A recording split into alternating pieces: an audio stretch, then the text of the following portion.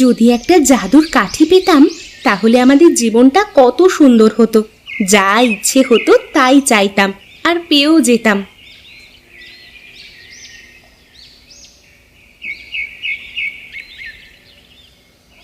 রুমি, আজ আমাদের অনেক কাজ করতে হবে। ফসল ভালো হয়নি, তাই আজ কচুর খেতে যাব। যাতে ফসল বেশি হয় তার জন্য একটু বেশি করে কাজ করতে হবে। আজও একই কাজ, একই কষ্ট, আর পারা যায় না।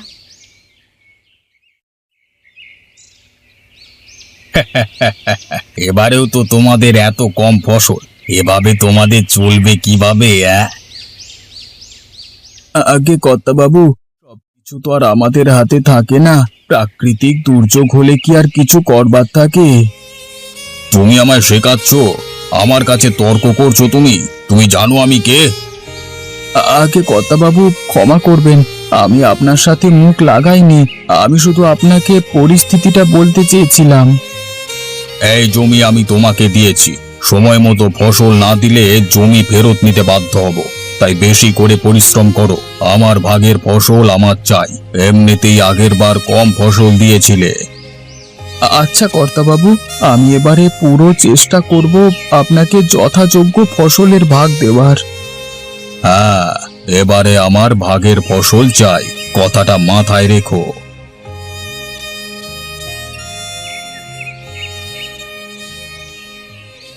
আমাদের কোনো সাহায্য করা তো দূরের কথা, উল্টে জমি কেড়ে নিতে চায়।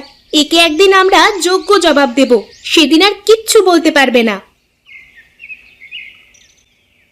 লালচাঁদ হলো গ্রামের এক প্রভাবশালী ব্যক্তি।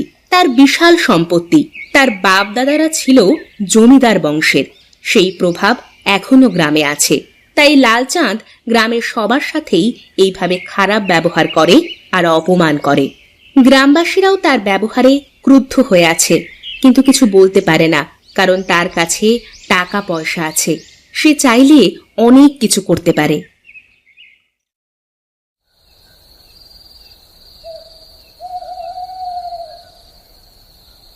বাবা, আমরা কি কখনো ভালো ফসল পাবো না?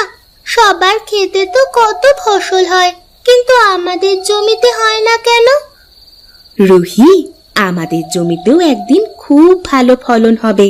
সেই দিন ওই লাল চাঁদের মুখ বন্ধ হয়ে যাবে। আমরা এমন কিছু করব যা দেখি সবাই বিস্মৃত হয়ে যাবে। রুমি, রুহি, এবার দুজনেই ঘুমিয়ে পড়ো। অনেক রাত হয়ে গেছে, আর জেগে থাকিস না মা। কাল আবার জমিতে কচুর বীজ বসাতে যেতে হবে।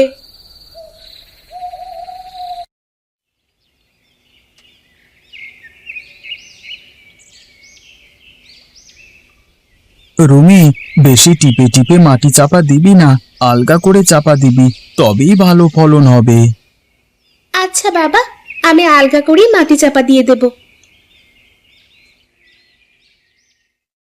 এইভাবেই কিছু মাস কেটে যায়। তারা কচু গাছের যত্ন নেয় এবং কঠোর পরিশ্রম চালিয়ে যায়। কঠোর পরিশ্রম করলে সবসময় ভালো ফল হয়, এটা তারা জানতো। তাই তারা খাওয়া দাওয়া করে সব সময় কঠোরভাবে পরিশ্রম করে যেত নিজেদের জমিতে। কচু গাছগুলো আস্তে আস্তে বেড়ে ওঠে এবং ফলও ধরে।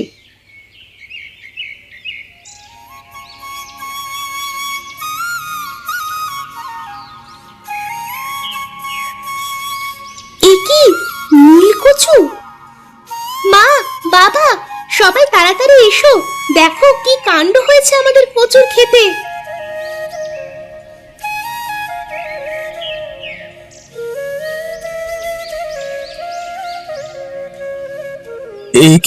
এ কি প্রাকৃতিক বিস্ময়! এরকম নীল রঙের কচু তো আগে কখনো দেখিনি। কি অপরূপ সৌন্দর্য! এইরকম নীল রঙের কচু যে হয় তা আগে জানতাম না তো। বাবা, এটা বাজারে ভালো দামে বিক্রি হবে। এবারে ভগবান আমাদের দিকে চোখ তুলে তাকিয়েছেন। হ্যাঁ রে মা, এবারে সত্যিই ভগবান আমাদের দিকে মুখ তুলে চেয়েছেন। অন্যবার ফসল নষ্ট হয়ে যায়, না হলে ফসল ভালো হয় না। আর এবারে হঠাৎই নীল কচুর চাষ হয়ে গেল। আর কিছুদিন যাক, কচুগুলি আর একটু বড় হোক, তারপর বাজারে গিয়ে বেচবো, ভালো দাম পাওয়া যাবে। ক্রেতারা হয়তো কোনোদিন এরকম কচু দেখেননি, তাই ভালো রোজগার হবে এবছর। বাবা, কিন্তু এবার রোজ আমাদের জমির ওপর নজর রাখতে হবে। কেন রে মা, কি হলো? আমাদের শত্রু লাল চাঁদের কানেও নিশ্চয়ই এই কথাটা যাবে। আমাদের জমিতে নীল কচু ফলেছে। ওই চক্রান্তকারী লাল চাঁদ আমাদের এই নীল কচুর ওপর তার কুনজর দেবেই। তাই আগে থাকতেই সাবধান হতে হবে আমাদের। হ্যাঁ, রুমি ঠিক বলেছে, আমাদের একটু সাবধানতা অবলম্বন করা উচিত। ওই হতভাগা লাল চাঁদের কুদৃষ্টি আমাদের খেতে পড়বেই, তাই আগে থাকতেই নজর রাখতে হবে আমাদের।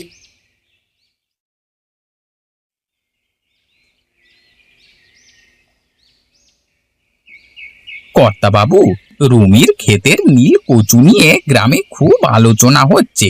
রীতিমতো এই নিয়ে গ্রামে হইচই পড়ে গেছে। আমাদের কিছু একটা করতেই হবে।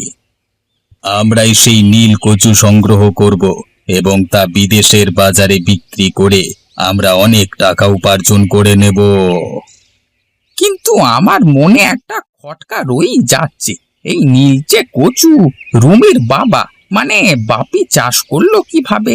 ও এই বিষয়গুলো জানলো কি করে? আমরা তো কেউ কোনোদিন শুনিনি। সে তো আমাদের দেখবার দরকার নেই। আমরা ওই নীল কচু চুরি করব, তারপর দেশের বাজারে বিক্রি করে বেশ ভালো মুনাফা পাওয়া যাবে।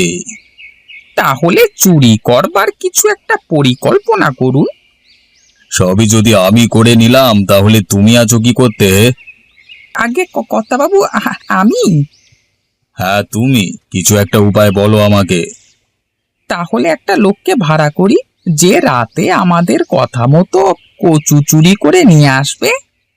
না না, ও কচু নিয়ে পালিয়ে গেলে কি হবে? আজকে রাতে আমি নিজে চুরি করতে যাব। ঠিক যখন সবাই ঘুমিয়ে পড়বে তখন। কাউকে বিশ্বাস করা যাবে না। হ্যাঁ কর্তা বাবু, এটাই ভালো হবে।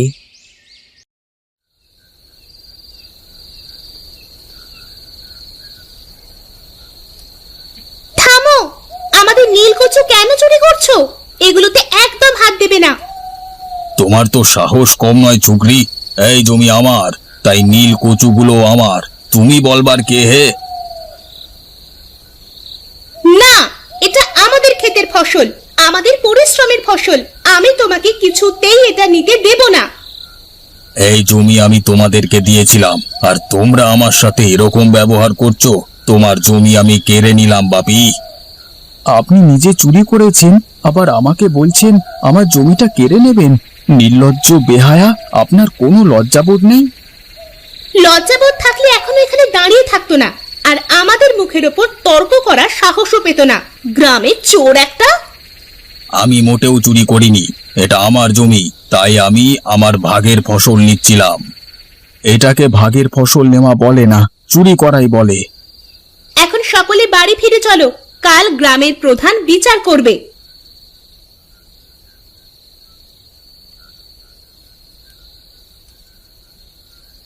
রুমি, আমি শুনেছি তোমাদের নীল কচুর কথা।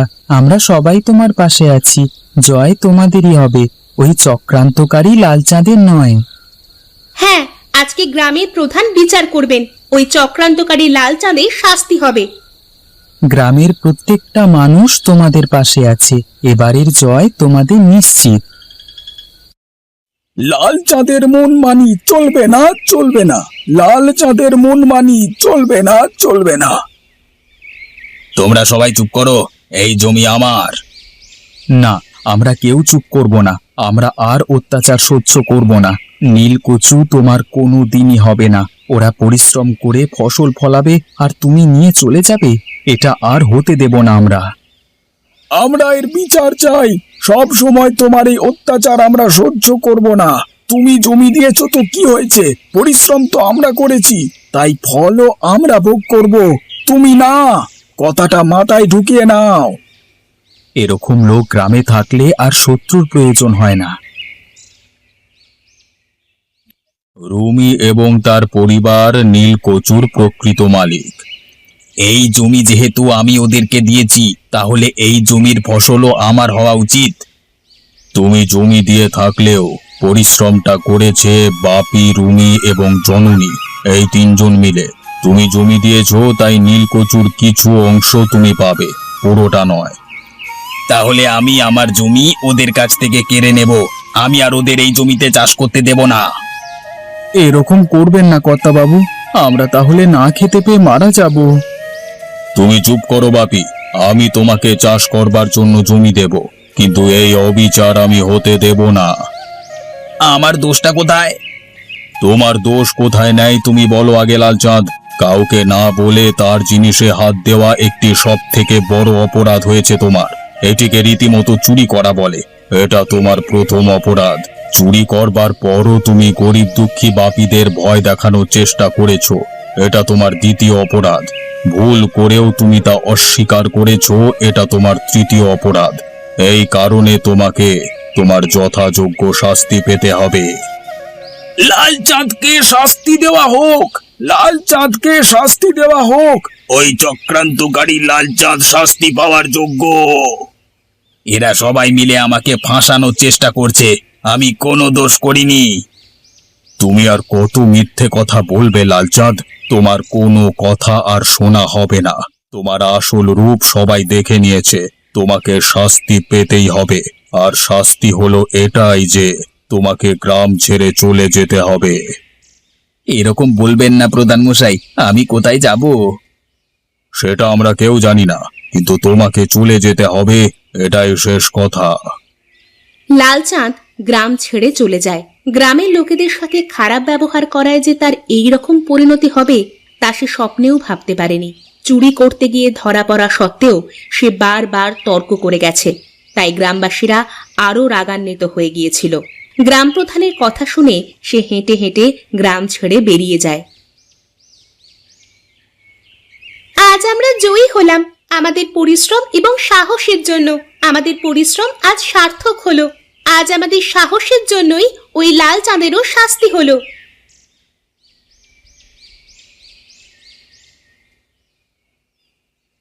সব সময় এমন থেকো রুমি, সব সময় হাসি খুশি থেকো, প্রতিবাদী মনোভাব নিয়ে বেঁচে থাকো। তোমার সাথে অন্যায় হলেই তুমি প্রতিবাদী হয়ে উঠবে, না উঠলেই আরো অন্যায় হবে। ধন্যবাদ আদনান, তুমি আমাদের অনেক সাহায্য করেছো। তাই এই নীল কচুর কিছু কচু তুমি নিয়ে যাবে, এটা তোমার উপহার।